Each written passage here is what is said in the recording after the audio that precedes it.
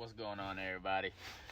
Today we're gonna react to what happened between Arsenal and Chelsea. I know we haven't done a video in a minute, but a lot's been going on. You know what I'm saying? So we gotta catch up, and we're gonna return to doing our weekly drops and 2-3 videos a week. But we're, like I said, we're still working on everything. So. But let's get back to what we're talking about today, and that's the Arsenal versus Chelsea insane game. Okay, it ended in a draw, but should it have ended in a draw? There's a lot of questions, right? But we're gonna talk about the biggest thing that happened during that game, which was a red card to Moises Caicedo, and was it deserved according to the rules and the recent Premier League seasons? Yes, of course, but if you've played this game and if you've been watching for a long time, you understand that there's a lot of bang plays where guys can't control their movements, and they, you know what I'm saying, something shifts and you get stepped on, or there's a high foot, or things happen.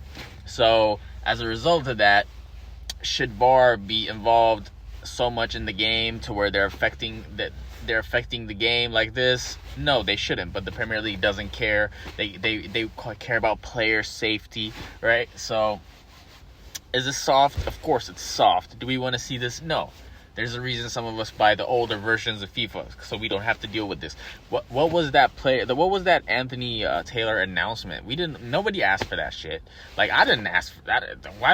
Why the hell is Anthony Taylor standing there talking about why do I don't want to hear his voice. Like, keep it like a game of football is like a nice jazz song. It's supposed to just flow. Like, this is just a ploy to sell ads somewhere down the line. Some of us can see it. You know what I'm saying? A lot of y'all can't, but some of us can see it. And I'm just pointing that out right now, okay? So, but that's neither here or there, right? Let's get back to the game. So, Moises Caicedo gets sent off. If it was an Arsenal player doing this, I'd be saying, hey, got to keep it consistent. He should be sent off, right?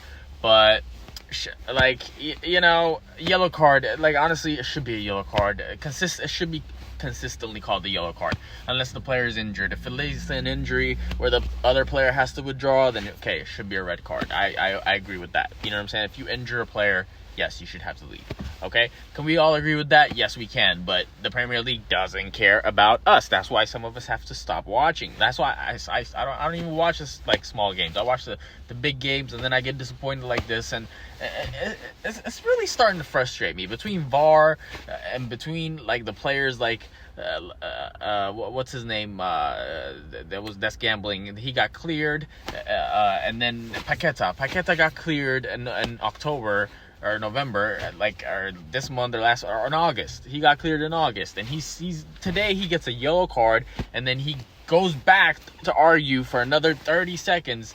Like, he argues with the referee for like a whole minute and like almost a minute and a half, and then he's surprised he gets sent off. Like, and then he goes on Twitter and talks about his mental health. Like, give me a break, man. You're gambling, all right? Everybody can see it. I can see it. The blind people down there, Helen Keller can see it. Okay, get the hell out of my face. All right, I'm sick of this. This is why I'm really starting to stop watch sports. Okay. I'm really starting to stop watch sports. If that makes sense, that makes sense, okay? But I'm sick of it. I'm really sick of this shit, okay? But that's neither here or there. All right, let's get back to this Chelsea game, okay? I'm really sorry, guys. I just have to vent a little bit, all right? But Esteval was quiet, all right? We get it, all right? We got to give him a break, and then we're playing with 10 men. And then I think he got subbed out early, too. Like, it's a mess, but we can't really rate him on this match, all right? So let's just get that out the way. We'll throw that out the way. We're not even going to talk about him. Chalobah, ever since he's cut his locks, you know what I'm saying? He's been on fire, just been scoring, defending well. He's been on it. All right, that's what I like to see. Chalobah, peanut head Chalobah, that's what we're going to call him. Oh, peanut head. All right, Arsenal. All right, we're going to talk about Arsenal's performance. Arsenal had a very, they played like they always do. But the thing is, the only problem with Arsenal, aside from their midget goalkeeper, they shouldn't have got rid of Ramsdale. Everybody knows it. Is that they lack a predator up front. You know what I'm saying? They should have got into the race for Isak. They should have got Haaland like us. Like they messed up. All right, we can be honest about that. They messed up. So they don't have a striker. So they have results like this. If they have a striker, if they had like somebody like Haaland, for example, he could bang in a goal right there. It's a 2-1 victory as opposed to going out 1-1. Now they're only leading City by 5 points. So they have to play City, I think, once or twice. So that's not really a lead. You know what I'm saying? It gets you thinking. You know what I'm saying? But let's get back to Chelsea. All right, let's keep analyzing Chelsea's performance. Delap, you nepotism child, you have to go. Okay? The Delap and Pedro experiment, these guys don't have it. Okay? Next. All right, we should have got in for Isak. We should have got Haaland a couple of years ago. And, it's okay. All right? There's going to be an opportunity. There's going to be another striker that's going to come up in the next few years. We just have to make sure that we grab him because strikers are rare, like we've seen. The last good striker to come out is what? Haaland. Consistent scoring striker. We haven't seen that in a minute. You know what I'm saying? And once we find that, well, it's actually Isak. Actually, yeah, that's the last consistent. And what did he go for? 150 million. Yeah.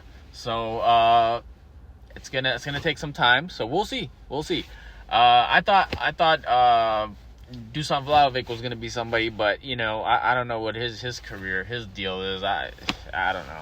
But anyways,